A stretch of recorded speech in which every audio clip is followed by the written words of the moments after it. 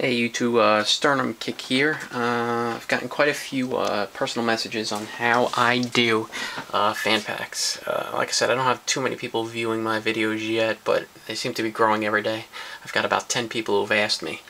So I'm going to show you what I do. I don't know if you have it. I have a Dymo label maker. These things are great. A lot of people talk about, you know, typed letters or labels. It's impersonal, and I think it is for a TTM. But to a ballpark, it's great. It saves you so much time.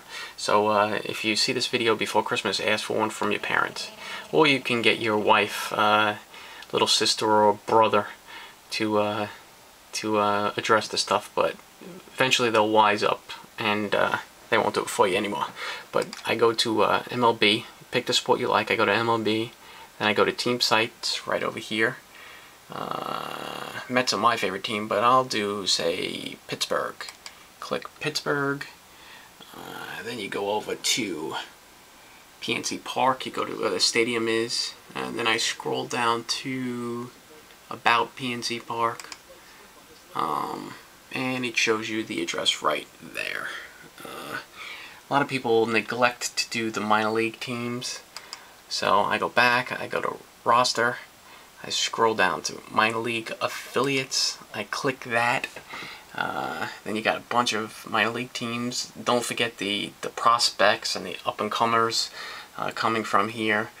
Let's go to State College Spikes. I cut and paste it,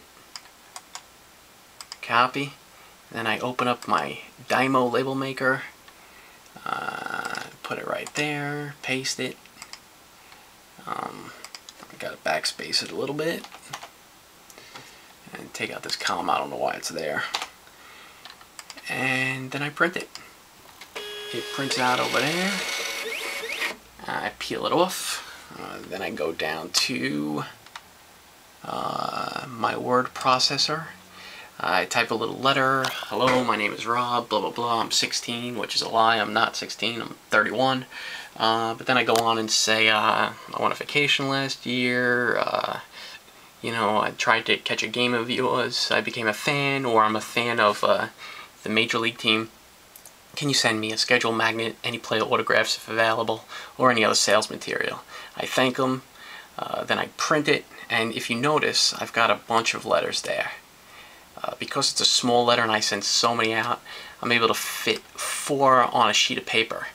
So I print it out right there, take it, then I go inside,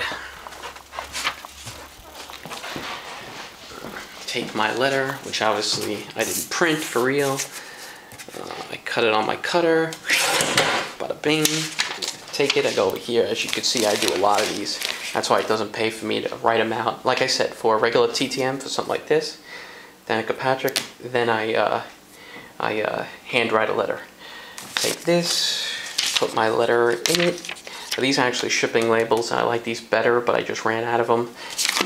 But they work too, the thin ones. Put my letter in there. Then I take my, and by the way, I personally use the self-stick ones, only because it's so much easier. You don't have to lick so many. If you don't do that many, it's not worth it to buy them. They're a little bit more expensive anyway.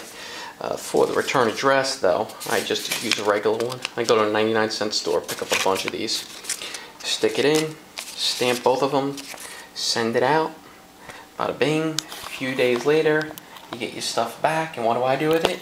I take it all, and I stick it in a box. Pretty sad. You wait so long for this stuff, and you wind up sticking the stuff in a box. And the reason I do that is because my wife will probably throw the stuff out or put it somewhere and I'll never find it again.